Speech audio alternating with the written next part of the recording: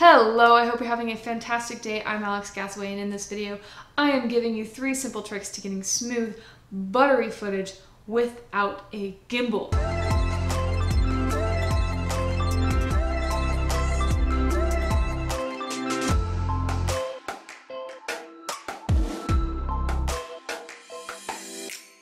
Once again, I'm Alex CASAWAY, bringing you tips and tricks of the creative trade. If you're into videography, photography, creative entrepreneurship, make sure you go ahead and hit that subscribe button and the little notification bell. But let's get into this one. The first tip is kind of the foundation of the whole thing. You have to find as many touch points as you can. So touch points are just basically ways that you're grounding yourself. So for example, both of your feet, they're each a touch point. So there are a few ways to go about this and to find more touch points. The first is to tuck your elbows into your side.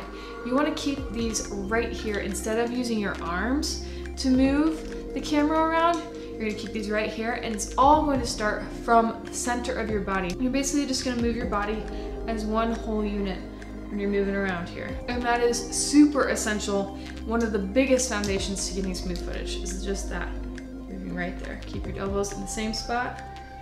Move right from here. Now, you probably have a camera strap. You can use this as another way to gain that extra touch point. If you go this route, it definitely changes the elbow rule a little bit. You're gonna throw this around your neck and you're gonna pull it out. So pull it just against the back of your neck. Putting that pressure on adds a lot of stability when you're moving. You wanna have it pulled tight and you're still gonna move your whole body as a unit. And then you're really taking advantage of the stabilization. And in addition to either tucking your elbows or using that camera strap, you can lean against a wall. If I'm panning and tilting and keeping my subject in frame, but I don't really have any planned camera movements, I'll look for a wall or a doorway to lean up against. So some examples of when I would use this is like for a wedding, when the wedding parties are getting ready, or behind the scenes or backstage in an event, in a dressing room or something. If I place my shoulder against a doorway, my body is stabilizing the camera here, and then once I stabilize my body with something that's immovable, that's physically staying there, that's grounded, that's going to add a ton of stability, especially if I'm standing here for a while and I'm leaning. That's going to take a lot of the pressure off of holding this very still, and you'll see great results from adding just that little bit if you're doing run and gun filmmaking. All right, tip number 2, make your camera a little bit heavier. These mirrorless cameras are amazing. They're super portable and light, but sometimes when you're shooting handheld, you just need a little bit of weight because that'll help it to push back, fight a little bit against those micro hand movements if this is just a little bit heavier. Adding a cage or even a microphone can help a ton with this. And tip number 3, get in your stance. So just like in number 1, stability really comes from how you move your camera with your body. You always want to avoid taking any steps while you're filming. Weight falling on that foot is always going to cause some sort of shake, so avoid stepping. So if you want to get this really nice sweeping like faux slider shot, but you're doing it handheld, so let's take a push-in for example. What you want to do is you want to get this wide stance going on, and you're going to bend your knee and you go all the way back, and you're going to hold it steady, elbows tucked, and you're just going to go straight forward as much as your leg length lets you. And then the same thing on a side to side.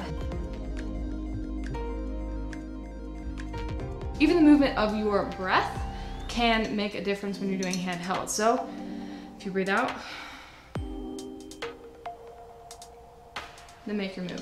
And then say you want to do an orbit, it's just the same as the side to side, except you're doing a little rotation here from the core and you're just focusing on your subject as you go. It's always about the range of motion that you have with your legs being in that stance. And a bonus tip for sticking around, for added stability, keep your left hand under the lens instead of on the side of the camera. Since you're not really gripping the camera this way, it makes your hand more passive. The weight of the camera is holding your hand down instead of your hand holding it up. So you're not activating the muscles in the same way, and it's actually going to be a lot more stable that way. Does that make sense? I don't know. I've also heard of some people using a cage handle on the left side of their camera. I'm still playing around with this to see how well it works, but thought I'd toss it out there in case you have one and wanted to give it a go. And that's it for this video. I hope you enjoyed those simple tricks to get smooth, buttery footage without a gimbal. Once again, I'm Alex CASAWAY. Thanks for joining me, and if you're already subbed to my channel, go ahead and hit that bell icon. You'll get notified every time I drop a new video. I'm coming at you every week with tutorials, gear reviews, you name it. And if you enjoyed this video, if you got some value from it, It's your choice. You know what to do. I'll see you in the next one.